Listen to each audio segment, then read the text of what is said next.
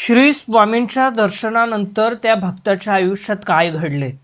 मित्रांनो, अक्कलकोटमध्ये एक गरीब पण मनाने श्रीमंत भक्त राहत होता.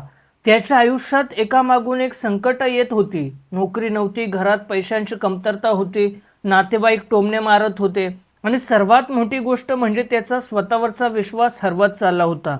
तो रोज रात्री आकाशाकडे पाहून एकच प्रश्न विचारायचा, स्वामी, माझं दुःख कधी संपणार? पण उत्तर काही मिळत नव्हतं.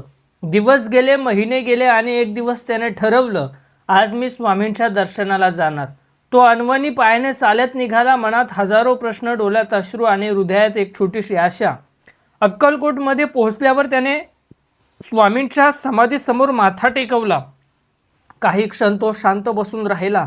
अचानक त्याच्या डोळ्यातून अश्रू वाहू लागले. त्याने मनातील सगळं दुःख स्वामींसमोर मांडलं.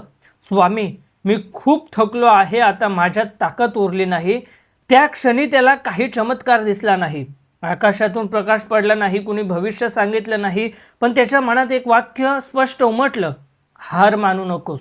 बस, फक्त एवढंच. तो घरी परतला, पण काहीतरी बदललं होतं. परिस्थिती तीच होती, पैशांची अडचण तीच होती, समस्या त्याच होत्या, पण त्याचा दृष्टिकोन बदलला होता.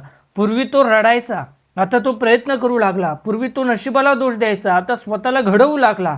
पूर्वी तो अपयशाने खचायचा, आता प्रत्येक अपयशातून शिकू लागला.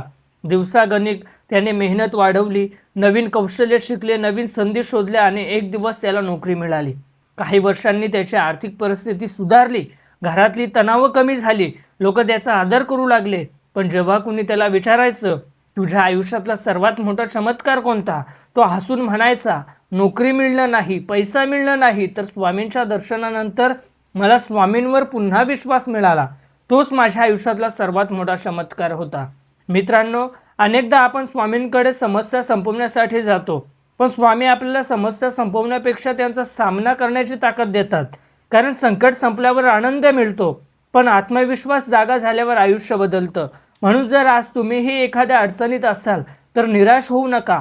कदाचित तुमचं उत्तरही एखाद्या चमत्कारात नसेल, तर तुमच्या मनात जगणाऱ्या नव्या धैर्यात आहे.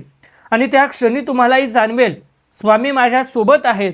कारण स्वामी समर्थ आजही प्रत्येक भक्ताला एकच सांगतात, भिवू नकोस, मी तुझ्या पाठीशी आहे. बोला श्री स्वामी समर्थ. जय जय स्वामी समर्थ.